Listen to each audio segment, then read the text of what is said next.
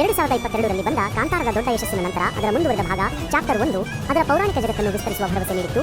ಹಾಗಾದರೆ ಆ ಭರವಸೆಯನ್ನು ಇದು ಉಳಿಸಿಕೊಂಡಿದೆಯೇ? ಚಿತ್ರದ ನಿರ್ದೇಶಕರು ರಿಷಬ್ ಶೆಟ್ಟಿ ಮತ್ತು ಇದು ಅಕ್ಟೋಬರ್ 2, 2025ರಂದು ಬಿಡುಗಡೆಯಾಗಿದೆ. ಆರಂಭಿಕ ಪ್ರತಿಕ್ರಿಯೆಗಳಿಂದ ಬಂದಿರುವ ಪ್ರಮುಖ ಅಂಶಗಳು ಮತ್ತು ಕೆಲವು ಸಣ್ಣಪುಟ್ಟ ಕುಂದುಕೊರತೆಗಳು ಇಲ್ಲಿವೆ. ಈ ಚಿತ್ರವು ಕಾಂತಾರಕ್ಕಿಂತ ಹಿಂದಿನ ಕಥೆಯಾಗಿದ್ದು ಕ್ರಿ.ಶ. 300ರ ಕಾಲದಲ್ಲಿ ಕದಂಬ ರಾಜವಂಶದ ಆಳ್ವಿಕೆಯ ಸಮಯದಲ್ಲಿ ನಡೆಯುತ್ತದೆ. ಕಾಂತಾರದಲ್ಲಿ ನಾವು ನೋಡಿದ ಪುರಾಣದ ಮೂಲವನ್ನು ಇದು ಪರಿಶೋಧಿಸುತ್ತದೆ.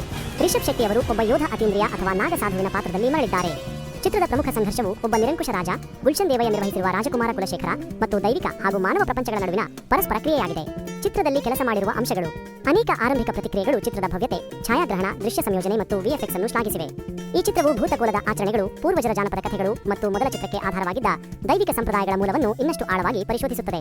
ಅನೇಕ ವಿಮರ್ಶಕರು ಚಿತ್ರದಲ್ಲಿ ಏನೇ ಏರಿಳಿತಗಳಿದ್ದರೂ ಅದರ ಕ್ಲೈಮ್ಯಾಕ್ಸ್ ಅಥವಾ ಅಂತಿಮ ಭಾಗವು ಭಾವನಾತ್ಮಕವಾಗಿ ತೃಪ್ತಿ ನೀಡುತ್ತದೆ ಮತ್ತು ಅದ್ಭುತವಾಗಿದೆ ಎಂದು ಹೇಳಿದ್ದಾರೆ. ಟ್ರೈಲರ್ಗೆ ಬಂದ ಪ್ರತಿಕ್ರಿಯೆಗಳು ಅಗಾಧವಾಗಿ ಸಕಾರಾತ್ಮಕವಾಗಿವೆ. ಅಭಿಮಾನಿಗಳು ಇದನ್ನು ದೇವರ ಮಟ್ಟದ ಹುಚ್ಚು ಎಂದು ಕರೆಯುತ್ತಿದ್ದು, ದೃಶ್ಯಗಳು